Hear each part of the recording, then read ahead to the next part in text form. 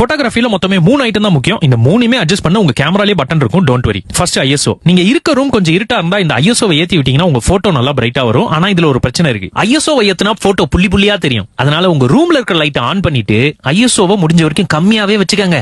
Second shutter speed. Shutter அப்படின்னா கதவுன்னு அர்த்தம். அதிகாலத்துல இருந்த கேமராக்கெல்லாம் இந்த மாதிரி குட்டி கதவு இருந்துச்சு. அதை எவ்வளவு ஸ்லோவா இவர் திறந்து மூடுறாரு பாருங்க. இந்த உலகத்திலேயே அதிவேகமா ரெக்கை அடிச்சு பறக்கிற பறவை ஹம்மிங் பேர்ட் பறவை. ஒரு செகண்டுக்கு 200 தடவை படபடன்னு அடிக்கும். இந்த பறவை டெய்லி என் வீட்டுக்கு தண்ணி குடிக்க வரும். இது ரெக்கைய போட்டோ எடுக்கணும்னா நம்ம கேமராவோட கதவை அந்த ரெக்கையை விட வேகமா பட்டாருன்னு திறந்து மூடணும். அப்பனா என்ன பண்ணணும்? ஷட்டர் ஸ்பீட பயங்கர ஸ்பீடா வைக்கணும். அந்த சவுண்ட் கேக்குறீங்களா?